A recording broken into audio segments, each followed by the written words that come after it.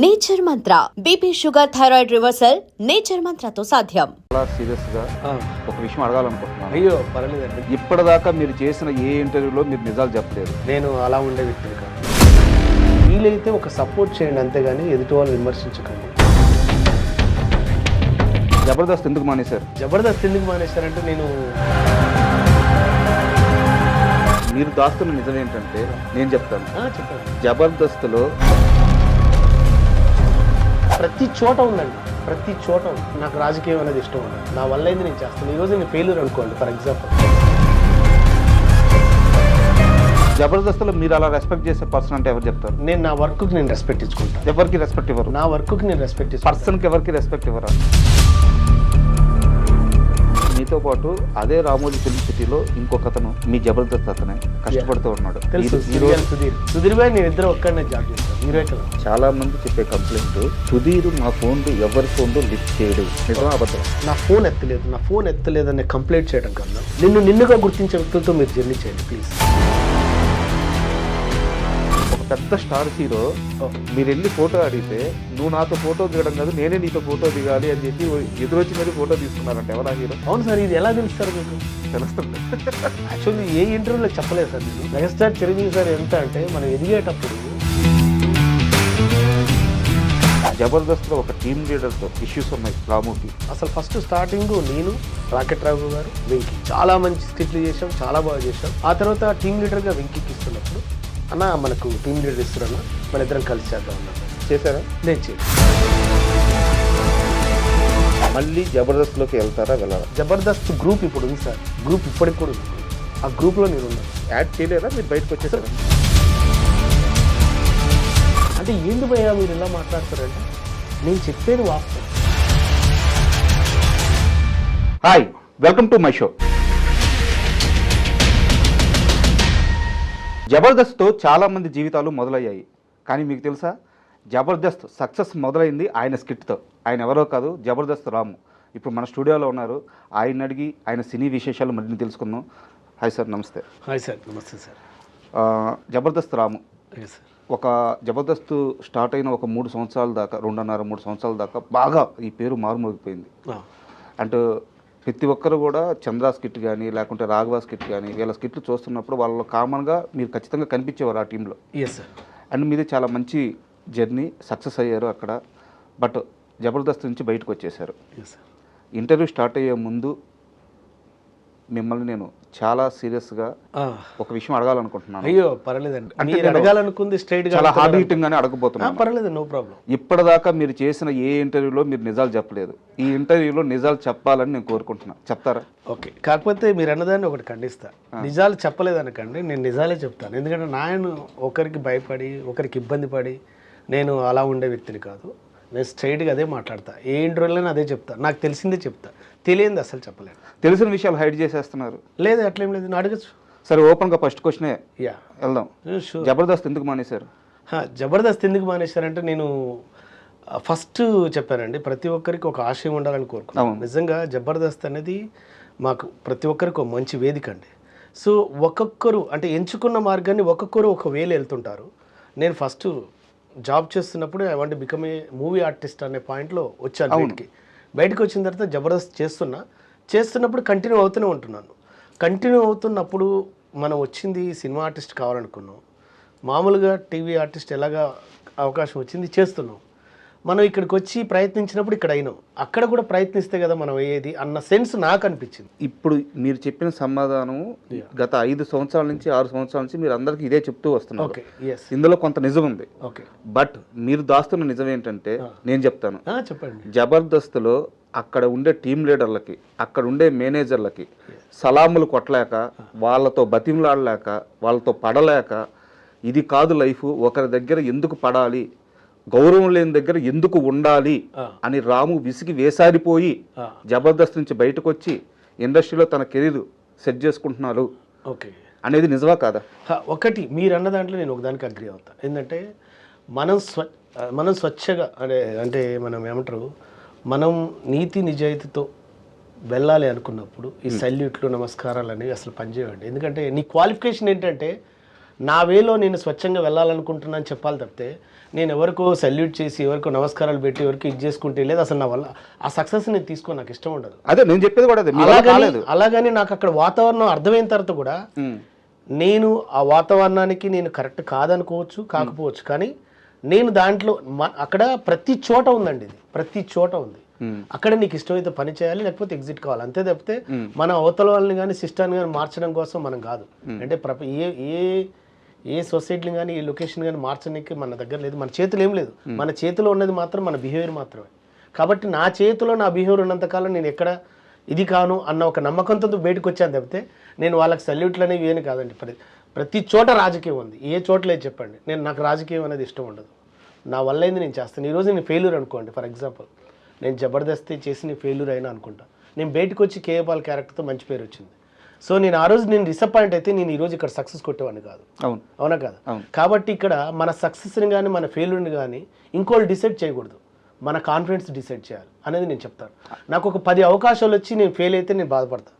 నాకు 10 అవకాశాలు రాలే, నాకు ఒక బఫేలాగా 10 సార్లు ఇస్తే కూడా నువ్వు ఏంట్రా అంటే దానికి నీ గ్యారంటీ ఇది చేస్తా.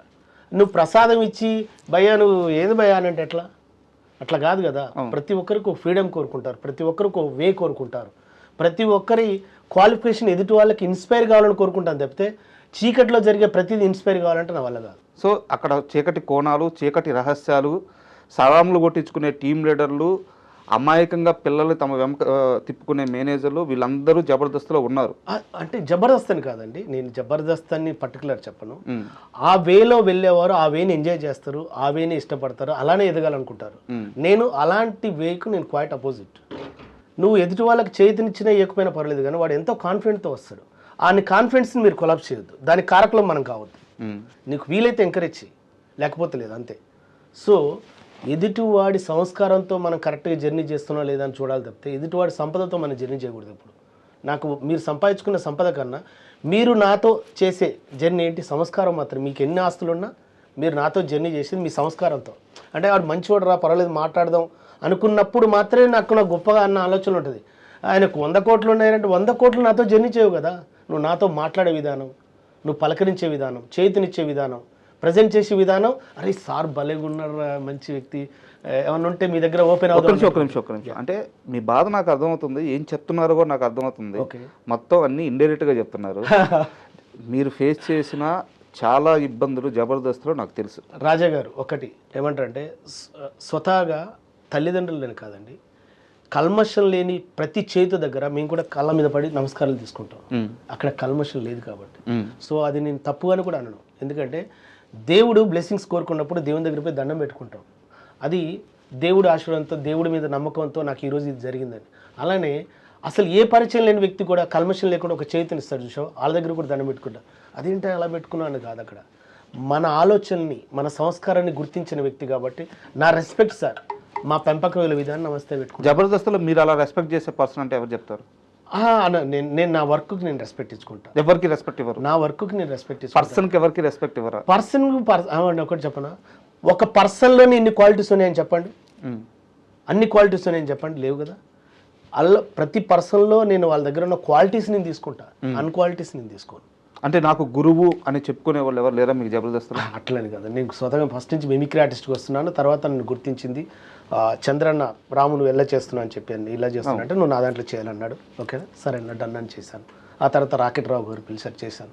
అభి అన్న చెప్పాడు, చేశాను. అలా వెళ్ళాను. మీ ప్రయాణంలో కాస్త వెనక్కి వెళ్తే మీరు చదువు అయిపోయిన తర్వాత, ఇంటర్ అయిపోయిన తర్వాత రామోజీ ఫిల్మ్ సిటీలో జాబ్లో జాయిన్ అయ్యారు. అవునండి. ఏం జాబ్ అండి అది? నేను హోటల్ ఇండస్ట్రీలో చేశాను. హోటల్ ఇండస్ట్రీలో చేశాను. నేను స్టార్టింగ్లో వెయిటర్గా జాయిన్ అయ్యి అసిస్టెంట్ మేనేజర్గా రిజైన్ చేసి వచ్చేటప్పుడు కూడా నాకు ప్రమోషన్ ఇస్తుంటే నేను వద్దన్నా. వెయిటర్గా ఎంత మీ జీతం? నాకు అప్పుడు 850, 850 రూపాయలకు నేను జాయిన్ అయ్యాను. ఆ తర్వాత బయటకు వచ్చేటప్పటికి నాకు ప్రమోషన్ ఇస్తారు.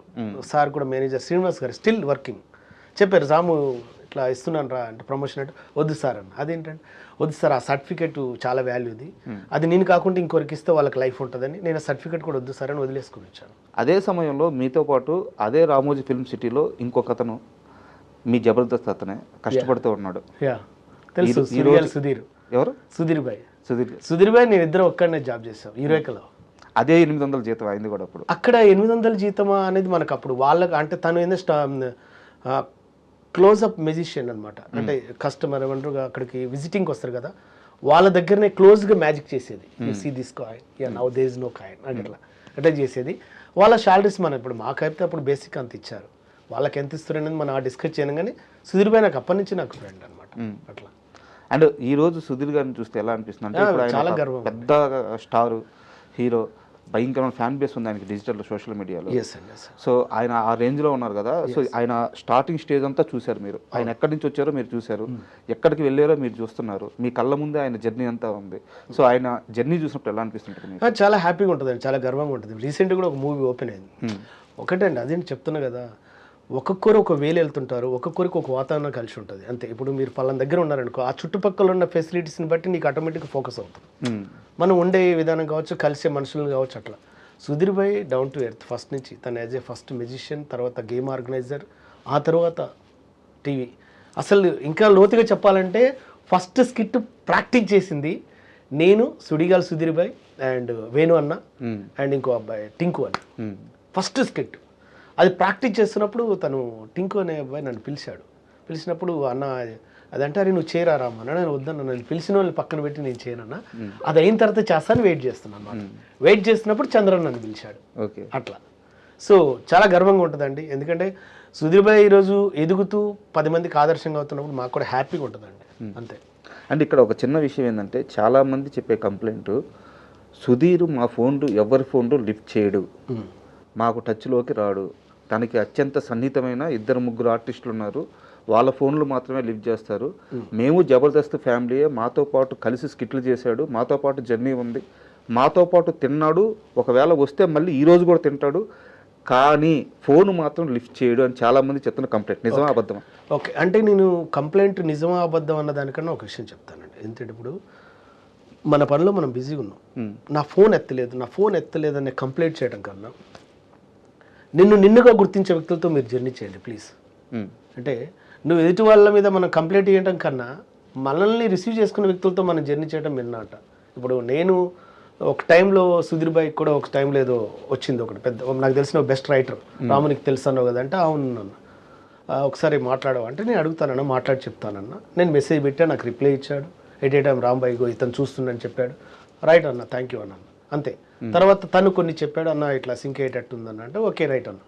నేను ఆ ఆలోచనని వారి దగ్గర తీసుకెళ్ళగలిగానా లేదా అది వారికి ప్లస్ అవతల అడిగిన అతను ఫ్రెండ్ కూడా నా ఫ్రెండ్ అన్న విషయంలోనే ఆలోచించాను తప్పితే నా ఫోన్ ఎత్తాడా ఎత్తలేదా, రిప్లై ఇచ్చాడా ఇచ్చలేదా అనే పాయింట్లో నేను లేను. అలానే మనం ఎదుటి వాళ్ళని కంప్లైంట్ చేయడం కన్నా మన వేలో మనం వెళ్ళటం బెస్ట్ అనుకుంటాడు, ఎందుకంటే కంప్లైంట్ అనేది పెరిగిపోతుంటుంటాయి. అలా పెంచుకోవడం కన్నా ఇప్పుడు నేను ఫర్ ఎగ్జాంపుల్ మిమ్మల్ని ఎంకరేజ్ చేయాలనుకున్నాను, సార్ నాకు రిప్లై ఇట్లేదండి నువ్వు ఒక్కనే చూస్తున్నా అవసరం ఏముంది అంటున్నా. నేను సుధీర్ భాయ్ అనట్లే, ఎవరితోనైనా సరే నిన్నుగా గుర్తించే వ్యక్తులతో నువ్వు జర్నీ చేయి, నీ ప్రపంచం నీకుంటుంది, నీ అచీవ్మెంట్ నీకుంటుంది, నీ సక్సెస్ నీకుంటుంది అనేది నా ఉద్దేశం. ఏంటి నువ్వు వెళ్ళేటప్పుడు మనసు కానీ మైండ్ కానీ బరువుగా ఉండొద్దు, ఆనందంగా ఉండాలంటే ఫస్ట్ నువ్వు స్ట్రెస్కి గురి కాకు. నీ ఆలోచన గొప్పదైనప్పుడు తప్పకుండా నీకు చేతినిచ్చే వాళ్ళు వస్తారు. నీకు చేతినివ్వకున్నా, నీకు ఫోన్ లిఫ్ట్ చేయకున్నా, నీకు ఇంకోరు ఏం చేయకపోయినా దయచేసి నాట్ ఓన్లీ సుధీర్ భాయ్ అని కాదు, నేను సుధీర్ భాయ్ని స్పెషల్గా అంటే నాకు సుధీర్ భాయ్ మంచి లిఫ్ట్ చేశాడు, బాగున్నాడు, చాలా మంచి వ్యక్తి కూడా నా పాయింట్ ఆఫ్ వ్యూలో. నాకు నేను మీది ఎత్తలేదంటే నాకు తెలియదు, కానీ వీళ్ళని కాదు ఎవరైనా సరే అలా ఎత్తనప్పుడు మీ వేళ మీరు వెళ్ళే ప్రయత్నం చేయండి తప్పితే మీరు దాంట్లోకి వెళ్ళి మీరు డిప్రెషన్లోకి వెళ్ళకండి please. And don't forget to subscribe to iDream. And for more videos, please subscribe to iDream. Please subscribe to iDream. Please subscribe iDream. And please subscribe to iDream. For more videos, subscribe to iDream. please like, share and subscribe to the channel. Congratulations, iDream. Subscribe to iDream. Subscribe to iDream. So subscribe to iDream Media. iDream ki iDream team andarki huge congratulations. Please subscribe iDream Media. Please subscribe to iDream. Subscribe iDream. Please subscribe to iDream. iDream అంటే నా కళల ఛానల్ను subscribe చేసుకున్న నోరు తిరుగుతలేదు, మీరైతే గంట గుర్తు కొట్టండి. For more such videos, please subscribe to iDream. Subscribe to iDream. Please subscribe to iDream. Please subscribe iDream Media. Please do subscribe to iDream. Please subscribe to iDream Media. For best entertainment and information, please subscribe iDream.